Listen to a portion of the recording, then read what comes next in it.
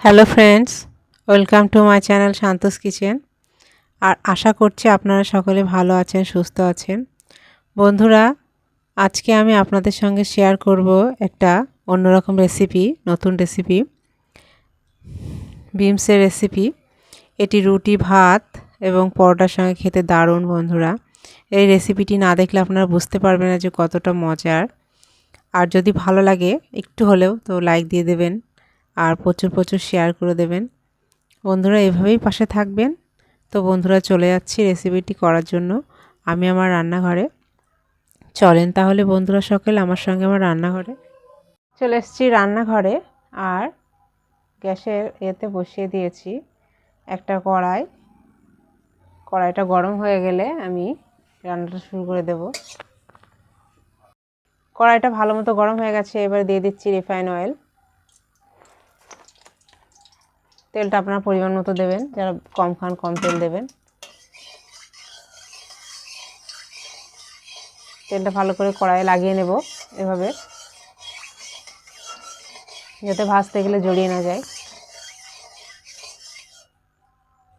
তেলটা ভালোভাবে হয়ে গেছে, এবারে দিয়ে দেব কাঁচা লঙ্কা। এখানে দুটো কাঁচা লঙ্কা কেটে নিয়েছি আর একটা ছোট্ট পেঁয়াজ, এগুলো আমি দিয়ে দেব।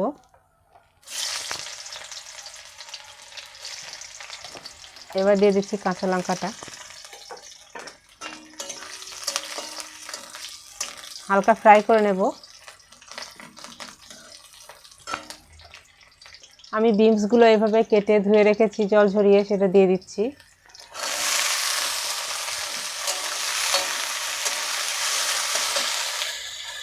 এবার দিচ্ছি স্বাদ মতো লবণ।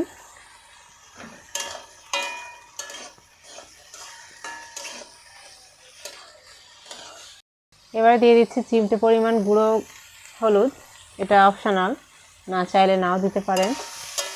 এটাও নেড়ে চেড়ে ভালো করে মাখিয়ে নেব সব করার সঙ্গে। দেখতে ভালো লাগবে, কালারিংয়ের জন্য দিয়েছি এটা। এবার একটু হালকা করে আমি ঢাকা দিয়ে দেব, হালকা করে একটু সিদ্ধ সিদ্ধ করে নেওয়ার জন্য। একটু আলগা করে আবার দেখে নেব, অনেকটা বেশ সিদ্ধ সিদ্ধ হয়ে গেছে। এই পজিশনে দিয়ে দেব আমি ডিম, যে কোনো ডিম দিতে পারেন। ডিমটা ভেঙে এর মধ্যে দিয়ে দেব। আমি দুটো ডিম দিচ্ছি, আপনারা চাইলে একটা দিতে পারেন। ডিমটা দিলে স্বাদটা আরও বেড়ে যাবে। আর এটা রুটি, পরোটা এবং গরম গরম ভাতের সঙ্গে খেতে দারুণ। এভাবে আমি নেড়ে চেড়ে মাখিয়ে নেব।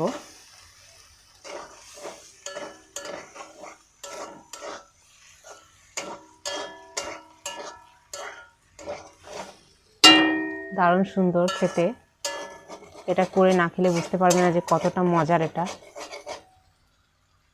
এই পজিশনে আরেকটু ঢাকা দিয়ে দেব, তাহলে স্বাদে গন্ধে ভরপুর হয়ে উঠবে।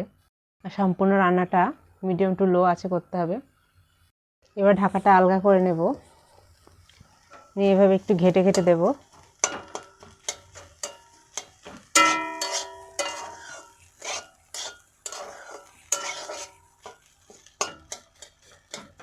দুর্দান্ত খেতে এটা। সামনে একটা বিনস আর দুটো ডিম দিয়ে যে এত মজার রেসিপি হতে পারে, না করলে বুঝতে পারবেন না।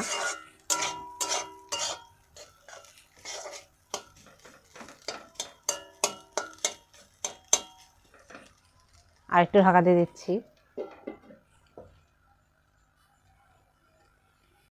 নামানোর আগে একটু হালকা তেল দিয়ে আমি ঘুরিয়ে নেব, তাহলে আরও স্বাদটা বেড়ে যাবে।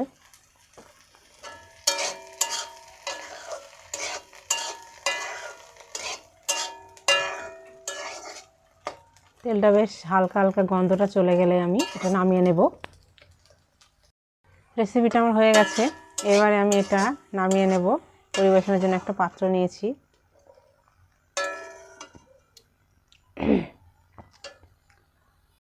এটি রুটি, পরোটা, গরম গরম ভাতের সঙ্গেও খেতে দারুণ। তো আমার এই রেসিপিটি যদি ভালো লাগে বন্ধুরা অবশ্যই কমেন্টের মাধ্যমে জানাবেন। আর যদি আর খুবই ভালো লাগে তাহলে আমার চ্যানেলটিকে সাবস্ক্রাইব করে নেবেন আর পাশে থাকা বেল বাটন দাবিয়ে দেবেন। লাইক শেয়ার কমেন্টস অবশ্যই করবেন বন্ধুরা। তো বন্ধুরা আজকের মতো এখানেই বিদায় নিচ্ছি। আবার দেখা হবে নতুন কোনো রেসিপি নিয়ে। টাটা।